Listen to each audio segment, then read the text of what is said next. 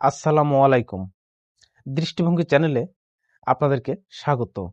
আজ আমরা কথা বলছি বাংলাদেশ ডাক বিভাগে কর্মরত এমন এক বিশাল জনগোষ্ঠীর অধিকার নিয়ে, যারা দিন রাত পরিশ্রম করে রোদ বৃষ্টি ঝড় উপেক্ষা করে দেশের বৃহত্তর গ্রামীণ জনগোষ্ঠীকে ডাক সেবা দিয়ে আসছে। হ্যাঁ, আমরা কথা বলছি সেই বাংলাদেশ ডাক বিভাগের অবিভাগীয় শাখা ডাকঘর কর্মচারীদের নিয়ে।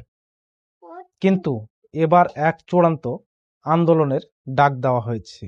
দীর্ঘদিনের বঞ্চনা, বৈষম্য আর ন্যায্য অধিকার থেকে বঞ্চিত থাকার পর আজ আমাদের দেওয়ালে পিঠ ঠেকে গেছে।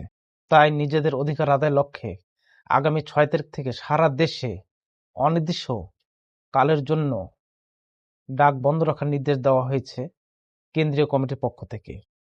এখানেই আজকে আমাদের দৃষ্টিভঙ্গি অত্যন্ত স্পষ্ট।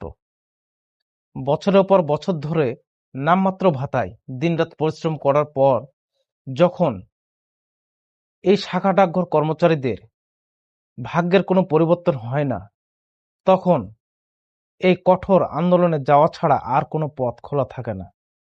তাই সকল সহকর্মী ভাই ও বোনদের প্রতি আমার আহ্বান, এই আন্দোলন আপনার আমার সবার অস্তিত্ব রক্ষার আন্দোলন।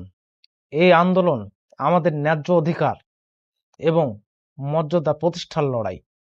এই আন্দোলন আমাদের ন্যায্য অধিকার আদায় এবং মর্যাদা প্রতিষ্ঠার আন্দোলন। তাই ঘরে বসে থাকার আজ আর কোনো সময় নেই। আগামী 6 তারিখ থেকে যে ধর্মঘটের ডাক দেওয়া হয়েছে তা শতভাগ সফল করতে আমাদের সকলকে একযোগে মাঠে নামতে হবে। মনে রাখবেন, আমাদের ঐক্যই সবচেয়ে আমাদের বড় শক্তি। তাই দেশের প্রত্যেকটি কোণ থেকে, প্রত্যেকটি অফিস থেকে সকল অবিভাগীয় কর্মচারী ভাই ও বোনদের প্রতি আমার আহ্বান, আসুন সকলে ঐক্যবদ্ধ হই।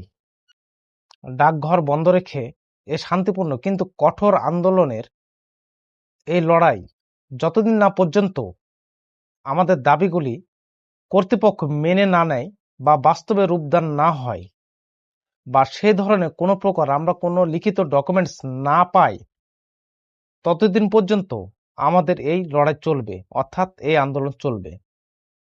পরিশেষে রইল সকলের প্রতি শুভকামনা, যেন আমরা এই লড়াইয়ের মাধ্যমে একটি বিজয়কে ছিনিয়ে নিয়ে আনতে পারি।